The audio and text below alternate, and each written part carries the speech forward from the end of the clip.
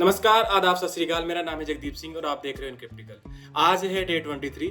तो हमारी ये जर्नी को शुरू किए आज हम टोटल 23 डेज हो चुके हैं और आज की वीडियो में हम कवर करेंगे कि ओवास्प टॉप 10 क्या होते हैं, मतलब ओवास्प क्या होता है और कौन कौन से इसके टॉप 10 हैं, क्या है ये सारी की सारी चीज़ें, कैसे ये काम करती हैं। और कल की वीडियो में हमने बब के बारे में देखा था, बब के कुछ बेसिक्स प्रोटोकॉल या बब के जो बेसिक्स फंक्शनैलिटी वगैरह थी वो हमने कवर की थी। और अगर आपने वो वीडियो नहीं देखी तो आप अभी पहले जाके वो वीडियो देखिए, उसका लिंक आपको आई बटन और डिस्क्रिप्शन दोनों में मिल जाएगा। तो चलिए ऑन स्क्रीन में आपको लेके चलता हूँ और देखते हैं क्या होते हैं ओवास्प टॉप 10 और हम मतलब कैसे ये सारी की सारी चीज़ें हमारे लिए क्यों ज़रूरी हैं और कैसे ये काम आने वाली है। तो जैसा कि मैंने बताया था कि आज हम देखने वाले हैं ओवास्प टॉप 10, तो ये वाला वो ट्राईहेक्मी का रूम है जो हम आज कवर करने वाले हैं। अगर आप चाहें इसको चेकआउट करना तो आपको इसका लिंक डिस्क्रिप्शन में मिल जाएगा, आप चेकआउट कर सकते हैं। तो सबसे पहले देखते हैं ओवास्प क्या है। तो ओवास्प की अगर फुल फॉर्म की बात की जाए तो इसके फुल फॉर्म है open web application security project. ये बेसिकली एक नॉन प्रॉफिट फाउंडेशन है जो कि फोकस्ड है मेनली वेब टेक्नोलॉजीज़ वगैरह, उसके एक्सप्लोटेशंस वगैरह और मतलब रिसोर्सेज वगैरह प्रोवाइड करवाती है, टूल्स वगैरह, ताकि हम कैसे बेसिकली वेब रिलेटेड जो भी सॉफ्टवेयर वगैरह हैं उसकी सिक्योरिटी पोस्चर को कैसे हम इम्प्रूव कर सकते हैं। ठीक है, अब इसके अंदर अगर ओवास्प टॉप 10 2021 की बात की जाए तो ये टॉप 10 है। सबसे पहले पे आता है हमारा broken access control, second number cryptographic failure, third पे आता है इंजेक्शन, फोर्थ पे आता है इनसिक्योर डिज़ाइन, सिक्योरिटी मिसकॉन्फ़िगरेशन, मतलब और सिक्स नंबर पे आता है vulnerable and outdated component, seventh पे आता है identification and authentication failure, eighth pay आता है software and data integrity failure, ninth पे आता है हमारा security logging and monitoring failure और टेंथ पे आता है हमारा सर्वर साइड रिक्वेस्ट फॉरजरी। अब ये क्या होते हैं टॉप 10 और ये मतलब 10 की बात की जाए तो क्या है ये, हम अब एक एक करके चलो सबसे पहले देखते हैं। तो उसके लिए सबसे पहले मैं ये मशीन को कर लेता हूँ स्टार्ट। ठीक है, और जब तक मशीन स्टार्ट हो रही है तब तक हम देख लेते हैं सबसे पहला वाला जो कि हमारा ब्रोकन एक्सेस कंट्रोल। तो ब्रोकन एक्सेस कंट्रोल में क्या होता है कि जैसे कि अगर मैं एक वेबसाइट की बात की जाऊँ, अगर एक एज एन एग्जांपल अगर हम देखें इनक्रिप्टिकल.com की, तो इनक्रिप्टिकल.com की वेबसाइट पे कुछ ऐसे पेजेस होंगे जो मैं चाहता हूँ कि वो सिक्योर रहे, मतलब वो पब्लिक के लिए अवेलेबल ना हो। जैसे मान लीजिए अगर उसमें कोई एडमिन वाला पेज है, मैं चाहता हूँ कि वो केवल और केवल जो कि उसका एडमिन है केवल वही उसको एक्सेस कर पाए, कोई और दूसरा यूज़र या कोई और दूसरा बंदा उसको एक्सेस ना कर पाए। तो वो वाली सिनेरियोज में हम ये मतलब एक्सेस वगैरह कंट्रोल करते हैं। अब ब्रोकन एक्सेस कंट्रोल में ये होता है कि अगर मान लीजिए कि कोई ऐसा प्रोटेक्टेड पेज हो जो मतलब किसी पब्लिकली या ऐसा बंदा देख ले जिसके लिए वो मतलब they are not meant to see, तो उस वाली कंडीशन में ये वाला मतलब जो भी एक्सेस कंट्रोल है वो टूट जाता है। या फिर ऐसा पेज जो कि मतलब एक एज एन एग्जांपल देखें अगर, तो या फिर ऐसा हो कि यूज़र बी का डेटा है और यूज़र ए उसके डेटा को एक्सेस कर पा रहा है, तो उस कंडीशन में भी ये वाला फेलियर हो जाता है। ठीक है, मतलब जैसे मतलब एक रेगुलर इसमें भी उन्होंने वही एक्सप्लेन करने की कोशिश की है, तो कि being able to view sensitive information from other users वगैरह हो गया, एक्सेसिंग अनऑथराइज्ड फंक्शनैलिटी वगैरह। जैसे कि मतलब अगर यूज़र वगैरह को अगर मैं चाहूँ, जैसे एज एन एग्जांपल देख लीजिए कि एडमिन कंट्रोल करता है कि कौन सा यूज़र उसमें एक्टिव रहेगा कौन सा नहीं, और अगर वही नॉर्मल यूज़र को उसका एक्सेस हो जाए तो वो कुछ भी उसके साथ छेड़छाड़ कर सकता है। ठीक है, और इसको थोड़ा सा देख भी लेते हैं। मीनवाइल आई थिंक हमारी जब तक स्टार्ट हो रही है, अच्छा मशीन स्टार्ट हो गई, तो जब तक हमारी मशीन स्टार्ट हो रही है हम तब तक आईडोर देख लेते हैं। तो आईडोर क्या है, आईडोर की फुल फॉर्म है इनसिक्योर डायरेक्ट ऑब्जेक्ट रेफरेंस, या मेनली आईडोर के नाम से जाना जाता है। तो ये रेफर करता है कि एन एक्सेस कंट्रोल वल्नरेबिलिटी, मतलब ऐसे एक्सेस कंट्रोल की ऐसी कमी जहाँ पर यू कैन एक्सेस रिसोर्सेज जो कि आप मतलब ऑर्डिनरी आप मतलब जनरली आपको वो देखने को कहीं नहीं मिलेंगे। ठीक है, ये अगर मतलब ये मेनली तब होता है जब कोई भी प्रोग्रामर कोई डायरेक्ट ऑब्जेक्ट रेफरेंस वगैरह को, जैसे मान लीजिए कि इस वाली कंडीशन में देखा जाए तो ये हमारी URL है https://bank.try.me/accounts और उसके अंदर ID है 111111। ठीक है, अब ये तब अगर होगा कि इनकेस अगर मैं यहाँ पे जो ID सपोज कीजिए 1 है, तो अगर उसको मैं 2 कर देता हूँ यानी कि किसी और दूसरे यूज़र का डेटा हो गया, और अगर मैं उसको एक्सेस कर पा रहा हूँ तो ये मान लीजिए कि वहाँ पर वो आईडोर है या फिर ब्रोकन एक्सेस कंट्रोल है वहाँ पर। ठीक है, तो ये सारी की सारी चीज़ें होती हैं, मतलब जैसे कि कोई भी पैरामीटर वगैरह की वैल्यू बदलती है, जैसे यहाँ पे इन्होंने 1111 को यहाँ पे 222 कर दिया, तो इन्होंने ये पहला जो अकाउंट ओनर था जेसन, उसकी जगह पे ये दूसरे किसी भी निक पेरी नाम का जो यूज़र है उसका डेटा ये एक्सेस कर पा रहा है। तो ये कुछ ऐसे करके ये आईडोर काम करता है, और ये मेनली देखने को भी मिलता है काफ़ी सारी कंडीशन में। जैसे अगर आप किसी एप्लीकेशन की बात की जाए तो अगर आप किसी मतलब इनवॉइस वगैरह हो गया, अगर किसी आप दूसरे यूज़र का इनवॉइस देख पा रहे हो तो वो भी वनरेबिलिटी है। अगर आप किसी दूसरे यूज़र की हिस्ट्री वगैरह देख पा रहे हो केवल नंबर बदलने से, यूज़र आईडी बदलने से, या ये सारी की सारी चीज़ें, तो उस कंडीशन में ये आइडोर है वहाँ पे, और आपको रिपोर्ट करना है इस चीज़ को सबसे पहले। सेकंड नंबर पे आता है हमारा क्रिप्टोग्राफिक फेलियर। तो क्रिप्टोग्राफिक फेलियर रेफर करता है ऐसे वल्नरेबिलिटी को जो तब अराइज होती है जब कोई भी मतलब जहाँ पे कोई भी क्रिप्टोग्राफिक एल्गोरिथम का यूज़ होना चाहिए पर ना हो। जैसे यहाँ पे इन्होंने लिखा है, जस्ट सपोज कीजिए कि अगर आप कोई ईमेल वगैरह लॉगिन करने की कोशिश कर रहे हो और आपने कोई ईमेल खोला, तो जब भी आप ईमेल वगैरह खोलते हो या कोई भी डेटा आप गैदर करने की कोशिश कर रहे हो, तो जब वो बैकएंड पे जाता है तो वो डेटा जब ट्रांजिट होता है, मतलब कि सर्वर से वो क्लाइंट साइड जब जा रहा है यानी ट्रांजिट फॉर्म में है, तब उस कंडीशन में वो वाला जितना भी डेटा है वो सारा का सारा इनक्रिप्ट होना चाहिए। अब इनक्रिप्शन के लिए SSL या TLS वगैरह का यूज़ होता है। अगर आपको नहीं पता क्या है SSL या TLS वगैरह, तो अभी जाके वो नेटवर्किंग वाली वीडियो देख सकते हैं जिसमें मैंने अच्छे से एक्सप्लेन किया है। उसका भी लिंक आपको आई बटन और डिस्क्रिप्शन दोनों में मिल जाएगा। ठीक है, तो जैसे हम बात कर रहे थे, इस वाली कंडीशन में अगर हम कोई एक्सेस करने की कोशिश करते हैं अगर ईमेल वगैरह, और वहाँ पे जितना भी हमारा डेटा है वो अगर इनक्रिप्टेड फॉर्म में ट्रांजिट नहीं हो रहा है, तो मतलब कोई भी उसको मैन इन द मिडल में अटैक करके उसको एक्सेस कर सकता है या देख सकता है सारी की सारी चीज़ें। दूसरा होता है कि हमारा अगर जो भी डेटा है अगर वो स्टोर हो रहा है, मतलब रेस्ट मतलब कि स्टोर्ड है जैसे डेटाबेसेस वगैरह में, तो वो भी इनक्रिप्टेड फॉर्म में ही होना चाहिए। अगर ये दोनों चीज़ें नहीं होती है तो उस कंडीशन में हमारा जो भी है ये क्रिप्टोग्राफिक फेलियर वाला हमारा वास्ट ओपन में से जो आता है ये माना जाएगा कि ये वहाँ पे ब्रेक हो रहा है। ठीक है, अच्छा तब तक हमारी अब मशीन भी स्टार्ट हो चुकी है, इसको भी देख लेते हैं। अच्छा ये नंबर भी हुआ है, ब्राउज़र खोल के तो इसको भी करता हूँ।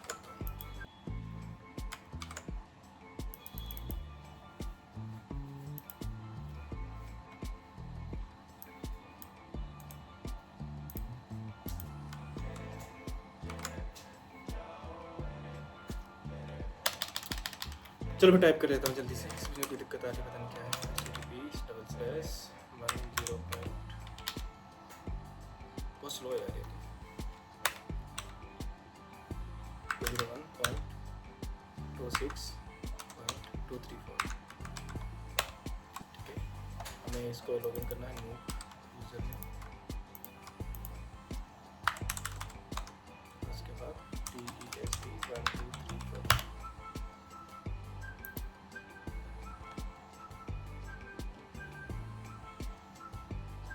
जैसे इस वाली कंडीशन में अगर हम देखें तो ये है नोट ID2। ठीक है, 1। अगर इसको हम बदलते हैं तो हम किसी दूसरे का एक्सेस कर पा रहे हैं क्या?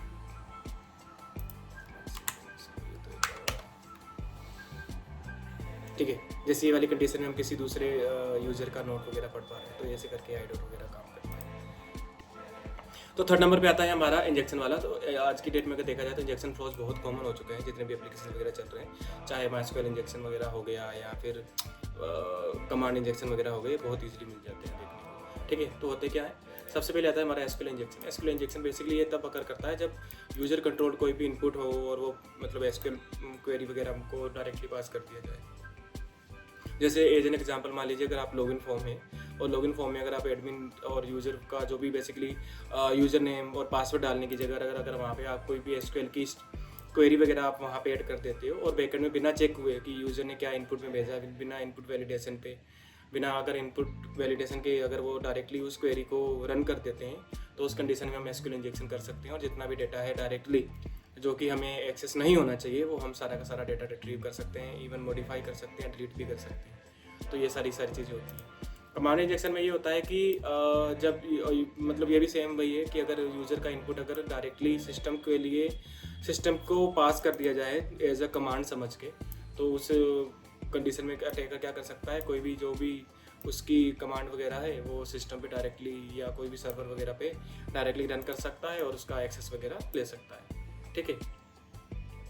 अब इन सब चीज़ों को अगर हम प्रिवेंट करने की बात की जाए तो इस वाली चीज़ों को अगर हमें प्रिवेंट करना है तो सबसे पहला तो ये होता है कि जो भी यूज़र कंट्रोल्ड इनपुट है वो सीधा डायरेक्टली क्वेरी या कमांड वगैरह में मतलब डायरेक्टली इंटरप्रेट नहीं होना चाहिए। तो अगर जस्ट सपोज कीजिए कि अगर यूज़र नेम कोई लॉगिन फॉर्म पे अगर वो कोई भी इनपुट वगैरह डाल रहा है तो हमें इनपुट वैलिडेशन करने की ज़रूरत है फ्रंट एंड और बैक एंड दोनों वाली कंडीशन में। ठीक है, तो ये सारी की सारी चीज़ें कर सकते हैं। जितना भी इनपुट है उसको हम जितने भी उसमें डेंजरस कैरेक्टर हैं जैसे @ हो गया मतलब या फिर स्ट्रिंग वगैरह हो गई या सिंगल कोट डबल कोट हो गया, जो कि माइस्क्वेल वगैरह में यूज़ होते हैं, या फिर एल जो स्पेसिफिक कमांड्स वगैरह हैं उन सबको हम वेरीफाई या रिमूव वगैरह कर सकते हैं उस वाली कंडीशन में। ठीक है, जैसे इन्होंने अब हमें यहाँ पे कमांड इंजेक्शन की बात की जाए तो कमांड इंजेक्शन में मान लीजिए कि ये वाला हमारा कोड है PHP का। ठीक है, तो इस वाली कंडीशन में क्या कर रहा है कि जो भी डायरेक्टली कंडीशन आइडियली ये बनाया गया था, ये देखिए ये वाले कोड की बात की जाए तो इन सिंपल टर्म्स ये वाला कोड ये कहता है कि चेक करता है कि अगर पैरामीटर मूविंग की सेट है इस वाली कंडीशन में तो वेरिएबल की तो बेसिकली हम उस कंडीशन में जो भी पास होता है इनपुट फील्ड में उस वाली को डायरेक्टली हम चेक कर रहे हैं, डायरेक्टली हम उसको यूज़ कर रहे हैं। और हम ये भी कर रहे हैं कि अगर पैरामीटर काउ सेट है तो उस कंडीशन में वेरिएबल काउ की जो भी वैल्यू है वो पास हो जाती है पैरामीटर के थ्रू। और उसके बाद हमने क्या किया है कि जैसे ये सारी की सारी चीज़ें हो जाती हैं, हमारी जो भी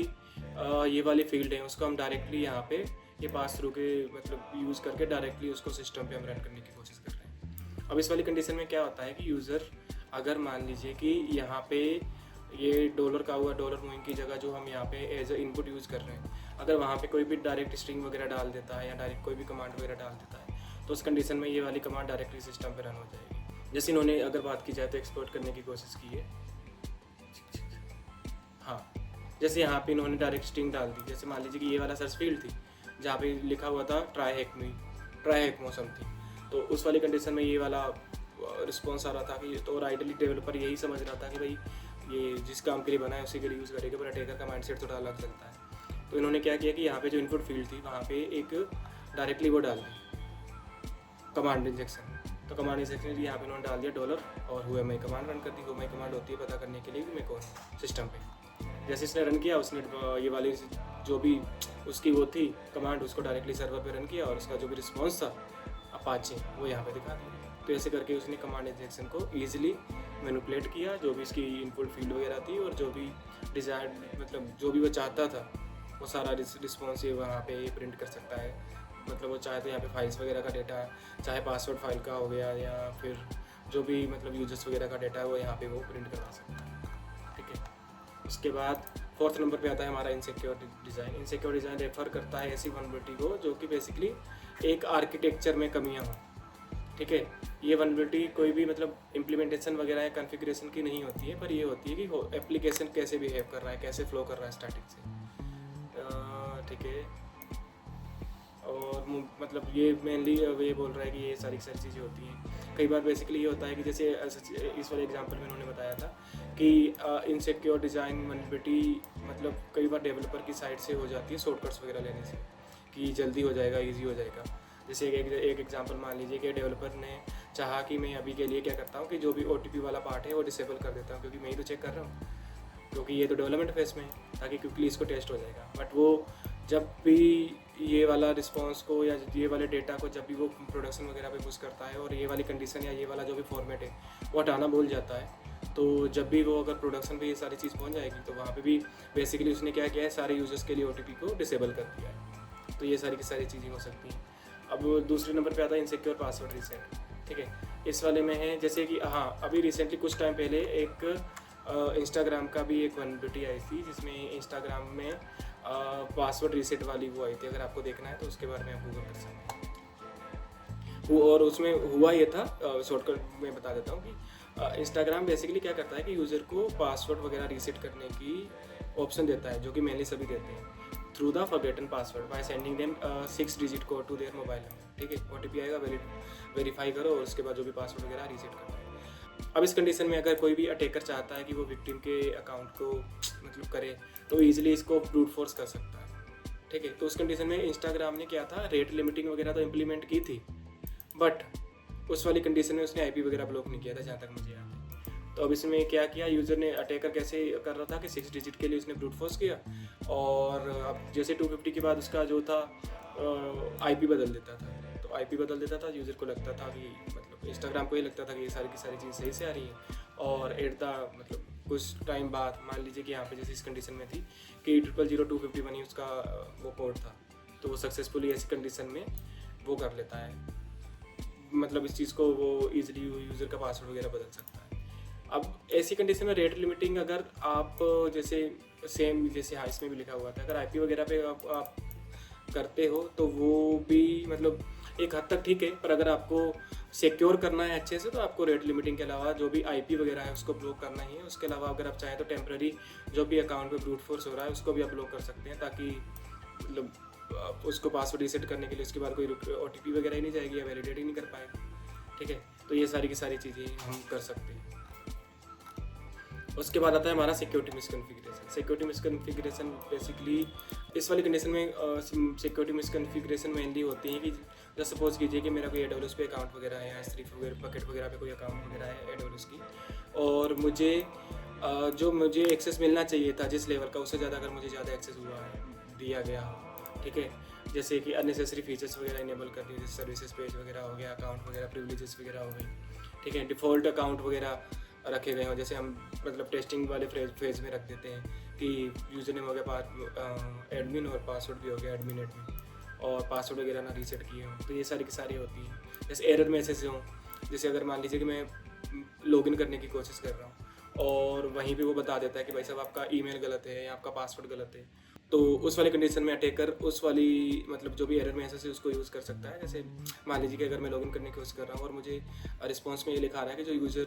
जो ईमेल आपने डाला है वो एग्जिस्ट नहीं करता है, तो उस वाली कंडीशन में यूज़र ये या अटैकर ये पता कर सकता है कि कौन सा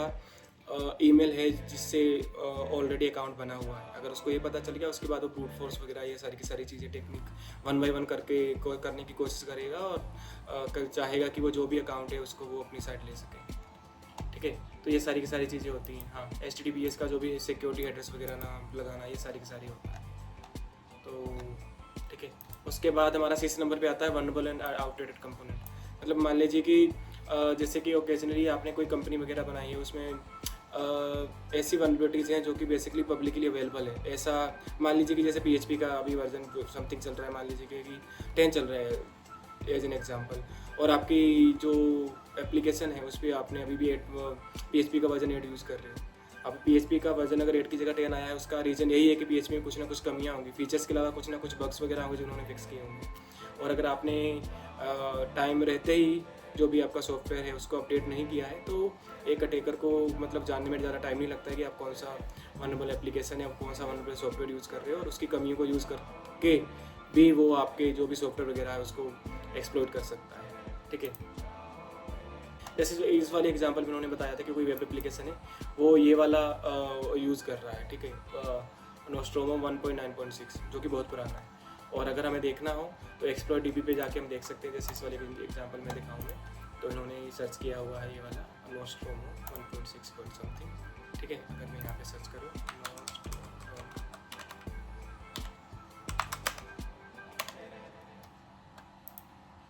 1.9.6, ठीक है, जैसे ये वाला इन्होंने बताया हुआ है कि नोस्ट्रोमो का 1.9.6 है, इसमें रिमोट कोड एग्जीक्यूशन वाली कमी है। और अगर मुझे किसी एप्लीकेशन पे पता चले कि ये वाली एप्लीकेशन चल रही है, ये वाला सॉफ्टवेयर वगैरह चल रहा है, तो ईजिली इस वाले मुझे कुछ नहीं करना है, एक्सप्लॉइट DB पे जाना है, ये वाला जो भी सॉफ्टवेयर वगैरह है उसको सर्च करना है, और उसका मुझे कोड वगैरह भी सब कुछ दे देगा कि कैसे मैं इसको एक्सप्लॉइट कर सकता हूँ। ठीक है, तो अटैकर को यूज़ करना है और कुछ नहीं, उसको मिल जाएगा रिमोट कोड एग्जीक्यूशन। तो ये सारी की सारी चीज़ें होती हैं। ठीक है, उसके बाद हमारा 7th नंबर पे आता है आइडेंटिफिकेशन एंड ऑथेंटिकेशन फेलियर्स। ठीक है, इस वाली कंडीशन में ये होता है कि सेशन मैनेजमेंट को अगर आप अच्छे से नहीं करते ऑथेंटिकेट, ठीक है, तो उस कंडीशन में क्या होता है कि जैसे इस वाले में बताया कि the most common form of authentication is using a user name और पासवर्ड मैकेनिज्म वगैरह। ठीक है, तो एक यूज़र आएगा, अपने क्रेडेंशियल्स वगैरह डालेगा और सर्वर उसको वेरीफाई करेगा, और अगर ये सारी की सारी चीज़ें होती हैं तो उसका कोई भी जो भी सेशन कुकी वगैरह हो, अगर यूज़र सक्सेसफुली लॉगिन हो जाता है तो वो भेज देगा। अब यूज़र सेशन कुकी बेसिकली जब भी HTTPS के लिए हम रिक्वेस्ट वगैरह भेजेंगे जो भी बार, तो उस कंडीशन में हमारी सेशन कुकी ही जाएगी बार, जो कि क्योंकि हमारा जो HTTPS है वो स्टेटलेस है। तो पिछली रिक्वेस्ट क्या आई थी और आगे वाली क्या आने वाली है, मतलब आगे वाली ऑब्वियसली नहीं, बट पिछली रिक्वेस्ट क्या थी, वो HTTPS को कभी भी ना डेटा स्टोर करता है ना कुछ पता होता है। तो उस कंडीशन में हम ये सारी की सारी चीज़ें सेशन का यूज़ करते हैं, ताकि एक थोड़ा सा जो भी स्टेट है उसको थोड़ा सा आइडिया लग सके कि यूज़र पहले क्या कर चुका है। अब होता ये है कि जब सपोज कीजिए एक अटैकर है, उसको जो भी ऑथेंटिकेशन मैकेनिज्म है उसमें फाइंड सक्सेसफुली कोई भी ऐसा कमी या मिल जाती है या ऐसी वल्नरेबिलिटी मिल जाती है जिससे वो उस यूज़र का अकाउंट वगैरह एक्सेस कर सकता है, तो ये अलाउ करेगा उस अटैकर को उसकी जितनी भी सेंसिटिव डेटा वगैरह है, जो भी मतलब डिपेंडिंग ऑन द उस एप्लीकेशन में क्या यूज़ हो रहा है या कैसे क्या हो रहा है, वो सारी की सारी चीज़ें यूज़ कर सकता है, ठीक है। Some common flows authentication mechanism में सबसे ज़्यादा जो कॉमन है वो सबसे पहले नंबर सबसे कॉमन आता है हमारा ब्रूट फोर्स। तो ब्रूट फोर्स तब होता है जब मतलब मान लीजिए कि वेब एप्लीकेशन में कोई यूज़र नेम और पासवर्ड से लॉगिन होता है, यूज़र नेम मुझे पता है और पासवर्ड को मैं रेंडमली गेस करने की कोशिश कर रहा हूँ बार बार, और उसमें ना तो रेट लिमिटिंग वगैरह लगी है और ना कुछ है। तो बेसिकली चाहे मैं हज़ारों रिक्वेस्ट भेजूँ, हज़ारों बार गलत पासवर्ड डालूँ, उसमें कुछ सर्वर उसको कुछ रिस्पॉन्स करेगा ही नहीं और शांति से बैठा रहेगा। तो उस कंडीशन में अगर मान लीजिए मैंने 1000 पासवर्ड डाले और मेरा एक पासवर्ड सही निकला, तो उस कंडीशन में मैं इजीली इसमें लॉगिन वगैरह कर सकता हूँ मल्टीपल अटैम्प्ट के थ्रू, ठीक है। सेकंड नंबर पे आता है यूज़ ऑफ वीक क्रेडेंशियल, कि अगर मान लीजिए कि यूज़र नेम ही मैंने सोचो, जस्ट सपोज कीजिए कि मैंने यूज़र नेम सेट कर दिया कि उसमें यूज़र नेम 2 कैरेक्टर का हो सकता है, तो उस कंडीशन में तो ये बहुत ज़्यादा ईजी हो जाएगा यूज़र नेम या पासवर्ड को क्रैक करना, ठीक है। जैसे ये हो गया, ये वीक पासवर्ड हो गया, जैसे पासवर्ड 1 हो गया, ये सारे कॉमन सेट ऑफ पासवर्ड्स हैं। वीक सेशन कुकी हो गया कि अगर जितनी भी बेसिकली सेशन कुकी होती हैं वो सर्वर उसका रिकॉर्ड रखता है ताकि यूज़र वगैरह का रिकॉर्ड रख पाए, ठीक है। अब सेशन कुकी हमारी बहुत ज़्यादा वीक हो तो उस कंडीशन में जितना भी यूज़र का डाटा है वो सारा का सारा लीक हो सकता है। तो ये सारी की सारी चीज़ें हमें देखने को मिलती हैं हमारे आइडेंटिफिकेशन एंड ऑथेंटिकेशन फेलियर्स में।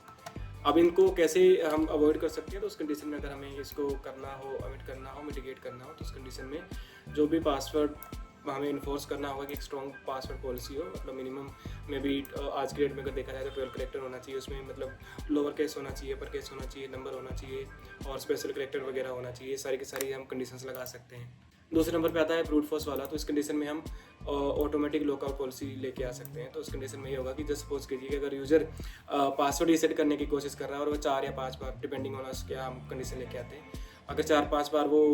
गलत पासवर्ड डाल देता है तो हम उसको सर्टेन टाइम के लिए में भी आधा घंटा, 1 घंटा या 1 दिन के लिए उस वाले स्पेसिफिक अकाउंट को ब्लॉक कर सकते हैं। तो ऐसे करके हम ये सारी की सारी चीज़ें इम्प्लीमेंट कर सकते हैं। 2FA की बात की जाए तो वो इम्प्लीमेंट कर सकते हैं ताकि अगर यूज़र लॉगिन पासवर्ड अगर किसी का ईजिली कोई गेस कर भी लेता है या लीक हो भी जाता है तो उसके बाद भी उसका 2FA वगैरह होना चाहिए, ताकि अगर वो सेकंड फैक्टर ऑथेंटिकेशन के लिए जो भी हम OTP भेजें या जो भी हम किसी ऐप का यूज़ कर रहे हैं, जैसे गूगल ऑथेंटिकेटर वगैरह का यूज़ होता है मेनली, तो अगर हम वो भी कर रहे हैं तो ये काफ़ी डिफिकल्ट हो जाता है एक अटैकर के लिए किसी भी अकाउंट वगैरह को हैंड ओवर लेना। 8 नंबर पे आता है हमारा software and data integrity failure. अब इंटीग्रिटी क्या होती है, जस्ट सपोज कीजिए कि YouTube basically per month subscription charges लेता है, जो भी मतलब 200-400 रुपये लेता है, ताकि आपको वो एड फ्री जो भी डेटा आप पे डिलीवर कर पाए। अब ऐसे में क्या होता है कि कई बार हम ना उसको शॉर्टकट के थ्रू हम ये देख लेते हैं कि कोई ऐसा एप्लीकेशन मिल जाए, कोई ऐसा सॉफ्टवेयर मिल जाए जो कि हमारी वो चीज़ को अवॉइड कर दे, ताकि हमें हर मंथ ये पैसे ना देना पड़े और ऐड भी ना देना पड़े। उस कंडीशन में ये होता है कि मान लीजिए यूट्यूब का ही जो उन्होंने सॉफ्टवेयर है उसी में कुछ चेंजेस वगैरह किए तो हमने इंस्टॉल कर लिया कि भाई बढ़िया है, इसमें तो कोई आ भी नहीं रहा, कुछ दिक्कत भी नहीं है। पर बैकएंड में क्या होता है कि उसका जितना भी इंटरनली उन्होंने क्या छेड़छाड़ी की है हमें ये पता ही नहीं चलता, इंटीग्रिटी में क्या हुआ। या जैसे मान लीजिए कि कोई भी हमें क्रैक वर्जन किसी सॉफ्टवेयर का इंस्टॉल कर लिया तो उसकी हम कैसे ऑथेंटिकेट करेंगे कि ये जेन्युइन है कि नहीं है। एक एग्जांपल की मैं मान लीजिए कि अगर मैं व्हाट्सएप को इंस्टॉल करना चाहता हूँ तो व्हाट्सएप में किसी भी रैंडम अगर वेब एप्लीकेशन की वेबसाइट से डाउनलोड करूँ तो मैं कैसे उसको ऑथेंटिकेट करूँगा कि ये जेन्युइन है कि नहीं है, उसने छेड़खानी की है कि नहीं की है। तो उस वाली कंडीशन में इंटीग्रिटी सबसे सामने आती है कि किसी भी सॉफ्टवेयर की इंटीग्रिटी को सिक्योर करना या सिक्योर होना बहुत ज़्यादा ज़रूरी है। अदरवाइज़ हमारा डेटा हमें ये लगेगा कि हमारा डेटा सिक्योर, पर फिर भी वो कहाँ जा रहा है कुछ पता नहीं, ठीक है। तो हाँ, जैसे इन्होंने बताया भी था, say you are downloading the latest installer phone application, how can you be sure while downloading कि ये मॉडिफाई नहीं हुआ हो या इसका डेटा वगैरह ट्रांसमिट में कुछ नहीं होगा। तो उस कंडीशन में बेसिकली क्या होता है कि हमें हैश मिल जाती है। तो जब भी हम डाउनलोड करें, जैसे मान लीजिए इस वाली कंडीशन में इन्होंने ये सॉफ्टवेयर है इसकी हैश निकाली जो कि थी ये, ठीक है। अब इस वाली हैश को हम जो इसका स्पेसिफिक जो भी इसकी ऑफिशियल वेबसाइट होगी वहाँ से हम हैश उठा सकते हैं और दोनों को मैच कर सकते हैं। अगर दोनों की हैश अगर मैच खाते हैं तो इसका मतलब ये है कि इसमें कोई चेंजेस भी नहीं हुए। पर अगर उस वाली एप्लीकेशन में मतलब बहुत माइनर भी अगर चेंजेस होंगे तो ये वाली हैश बदल जाएगी और उस कंडीशन में हम वेरीफाई कर सकते हैं कि जो हमने सॉफ्टवेयर इंस्टॉल किया है या जो हमने एप्लीकेशन इंस्टॉल की है वो ऑथेंटिक नहीं है और उसकी इंटीग्रिटी से खिलवाड़ हुई है, ठीक है। उसके बाद ये सारी चीज़ें हमने देख ली थी। जैसे अब होता क्या है, जैसे मान लीजिए कि सेकंड नंबर पे होता ये है कि सॉफ्टवेयर इंटीग्रिटी फेलियर। इसमें ये होता है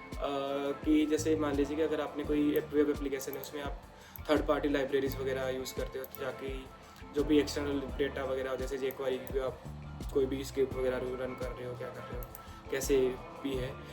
तो उस वाली कंडीशन में क्या होता है कि वेबसाइट डायरेक्टली उस सर्वर से बिना डाउनलोड किए जो भी उसका डेटा वगैरह है वो डायरेक्टली उसको इंपोर्ट करने की कोशिश करता है। अब होता क्या है कि यूज़र गया mywebsite.com, मान लीजिए कि इनक्रिप्टिकल.com पे यूज़र ने रिक्वेस्ट किया वेबसाइट को, उसने jQuery का जो भी डेटा था वो उठा लिया। और अगर मान लीजिए कि इसकी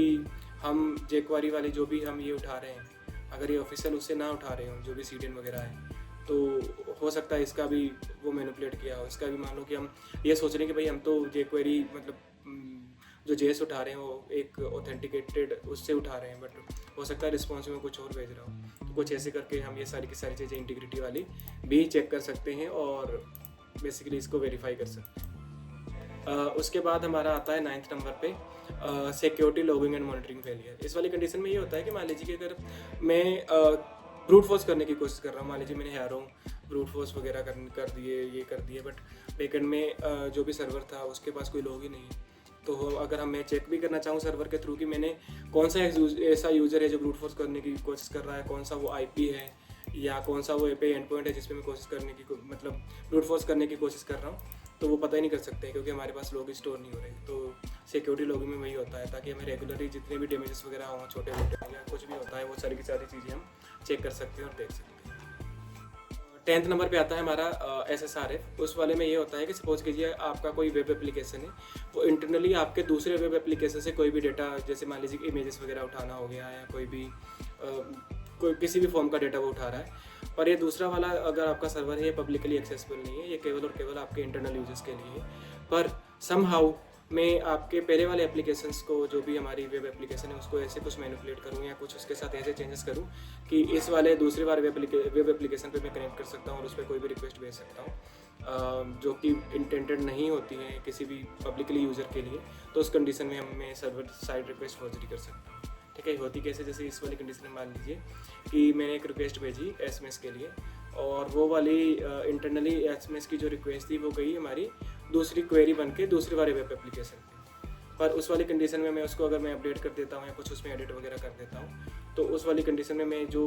और भी कुछ जो भी डेटा है अगर मैं उठाना चाहूँ तो वो उठा सकता हूँ। जैसे इस वाली कंडीशन में उन्होंने उठाने की कोशिश की कि ये वाला, तो ऐसे करके कुछ सर्वर साइड रिक्वेस्ट फॉरवर्ड होती है। अभी होती क्या है डिटेल में जब हम आने वाले टाइम में इसको करेंगे तब हम इसको अच्छे से देखेंगे। अभी के लिए बस आप इतना समझ लीजिए कि ये सर्वर साइड रिक्वेस्ट फॉरवर्ड होती है और ये ऐसे की सारी चीज़ें काम करती हैं। ठीक है, तो वास्ट टॉप 10 के थ्रू मेनली हमने ये जानने की कोशिश की कि मेनली बेसिकली वो कौन से टॉप 10 अटैक्स हैं जो किसी भी वेब एप्लीकेशन पे होते हैं। और अगर आपको ये वीडियो अच्छा लगा तो लाइक कीजिएगा, शेयर कीजिएगा अपने दोस्तों के साथ, सब्सक्राइब कीजिए इनक्रिप्टिकल के चैनल को। मिलते हैं डे 24 में एक नए वीडियो के साथ, एक नए टॉपिक के साथ। तब तक के लिए सत श्री अकाल।